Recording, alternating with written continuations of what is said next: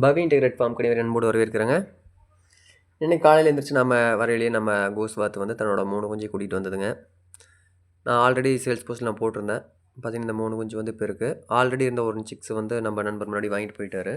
இது காலையில் எழுந்திரிச்சு நம்ம வீட்டுக்கு முன்னாடி வரவேற்கிறதுக்காக வாசலே நின்றுதுங்க. இதை முடிச்சுட்டு இதை நேற்று பார்த்தீங்கன்னா நம்ம சேல்ஸுக்கு வாங்கிட்டு வந்திருந்தாங்க ஒரு மேல் ஒன்று. மொத்தமாக பார்த்தீங்கன்னா நம்ம ஃபார்மில் நேற்று ஒரு 2-3 கடை வாங்கினோம். அனைத்துமே பார்த்தீங்கன்னா 50+ கேஜியில் தான் வந்தது. அனைத்துமே நல்லா தரமாக இருக்குங்க. இந்த கடை பார்த்தீங்கன்னா சோஜத்துங்க, நல்லா லென்த்து, காது முரலுக்காதுங்க.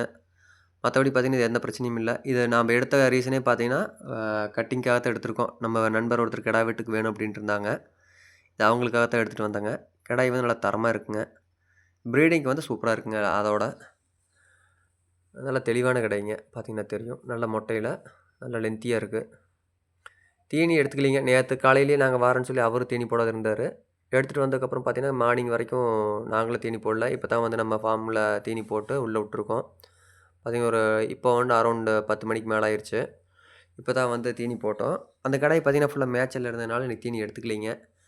அப்புறம் பார்த்திங்கன்னா நாங்கள் ஒரு 3 தாயாடுகள் வந்து நம்ம நண்பர் கேட்டிருந்தாங்க அப்படின்ட்டு நேற்று 3 தாயாடு எடுத்தாந்தோம். அனைத்தையுமே பார்த்திங்கன்னா தலைச்சேரிங்க. பாயர் கிராஸில் வந்து ஒரு ஆடு வந்துருந்துங்க. எல்லாம் தெளிவாக இருக்குது. இந்த ஃபஸ்ட்டு இந்த ஒயிட்டு ஃபீமேலை பார்க்கலாங்க. ஒயிட் ஃபீமேல் பார்த்திங்கன்னா 6 பல்லுங்க. சாப்பிட்றத பாருங்கள், நல்லா தெளிவாக சாப்பிட்றதுல எந்த பிரச்சனையும் இல்லை. தண்ணிக்கெல்லாம் வந்து எந்த பிரச்சனையும் இல்லைங்க. சினைன்னு பார்த்தீங்கன்னா ஒரு 3 to 3.5 மாதம் சினை அளவு இருக்குங்க. இந்த 3 ஆடுகளுமே பார்த்தீங்கன்னா நல்லா பெருவெட்டு ஆடுங்க. இது பார்த்திங்கன்னா இளம்பாக இருக்கிறதுனால இன்னும் கொஞ்சம் சைஸ் பெருசாகுங்க. நல்லா தீனி எடுக்கிறது வந்து எல்லாத்தோட இது நல்லா எடுத்துக்குது. இதில் 3மே வந்து சினைங்க. இது 3மே வந்து கன்ஃபார்ம் சினைங்கிறப்ப தான் நம்மளுக்கு கொடுத்துருக்காங்க. அனைத்துமே நல்லா பெரிய சைஸுங்க. வளர்ப்புக்கு வந்து நல்லா தரமாக இருக்கும். ஒயிட்டை பொறுத்த வரைக்கும் பார்த்தீங்கன்னா தலையீத்தில் 2 குட்டியுமே, 2வது இது 3 குட்டி அந்த ரேஞ்சில் தான் போட்டுது. இப்போ 3வது ஈத்துங்க. அதே மாதிரி தான் அந்த பக்கத்தில் குடிச்சிட்டு இருக்கு பார்த்தீங்கன்னா கொம்பாடு ஒன்று இருக்குது பார்த்தீங்களா, அதுவும் அதே மாதிரி தான். போன ஈத்து வந்து 2 குட்டி, இந்த ஈத்து வந்து 2 குட்டி தான் போட்டிருக்குங்க. இந்த 2 குட்டியில் பார்த்தீங்கன்னா ஒரு குட்டிக்கு வந்து பால் கொடுத்துருங்க, ஒரு குட்டிக்கு வந்து பிடிச்சி தான் ஊட்டைக்கணும். ஏன்னு கேட்டிங்கன்னா குட்டி போட்டதையுமே குட்டி வந்து ஒரே இதில் அடைச்சதுனால அது இந்த குட்டி பாருங்கள் திருட்டுத்தனமாக ஊட்டுது பாருங்கள். அந்த குட்டிக்கு வந்து இந்த ஆடு ஓட்ட கொடுக்காதுங்க. மேல் கடைக்கு மட்டும்தான் ஓட்ட கொடுக்கும். காலையில் ஃபஸ்ட் டைம் வரப்போ 2 குட்டிகள் ஒட்டுக்கா ஊட்ட கொடுத்துருங்க. செகண்ட் டைம் வந்து அதுக்கு நாம் இப்போ கொஞ்சம் பராமரிக்கிற மாதிரி தான் இருக்குதுங்க. ஆடு வந்து நல்லா பெரிய சைஸுங்க. ஏன்னு கேட்டிங்கன்னா ஒட்டுக்கா அது ஃபார்மில் இருந்தப்போ ஒரே இதில் அடைக்குங்காட்டி அதோட வாசம் வந்து அதுக்கு பிடிக்கலையாட்டிருக்குங்க அந்த ஆட்டுக்கு. அதனால் அந்த ஒரு குட்டி மட்டும் தனியாக ஓட்ட கொடுக்காதுங்க.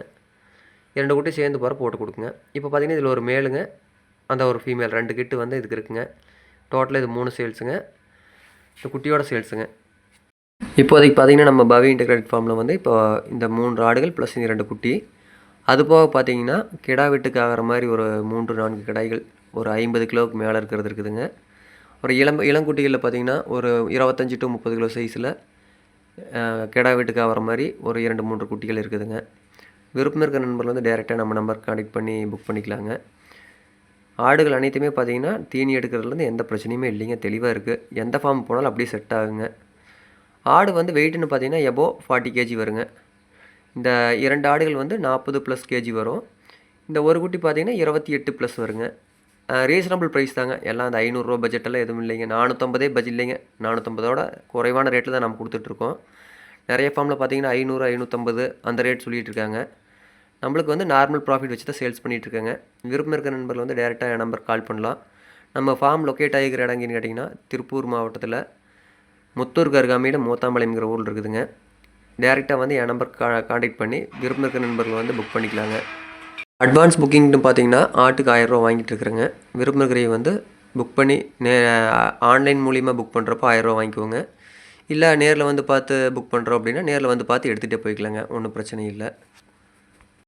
இது போக பார்த்தீங்கன்னா இந்த தலைச்சேரி ஆடு ஒன்று சேல்ஸுக்கு இருக்குங்க.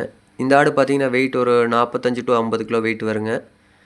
இது நல்ல தெளிவான ப்ரீடு தாங்க. இது நம்மகிட்ட இருந்தது தான். நம்மகிட்ட இருந்து நம்ம நண்பருக்கு தாட்டி விட்டுருந்தோம். அங்கே வந்து இதுக்கு தகுந்த கிடாய் இல்லாதனால சினை இல்லாத இருந்ததுங்க.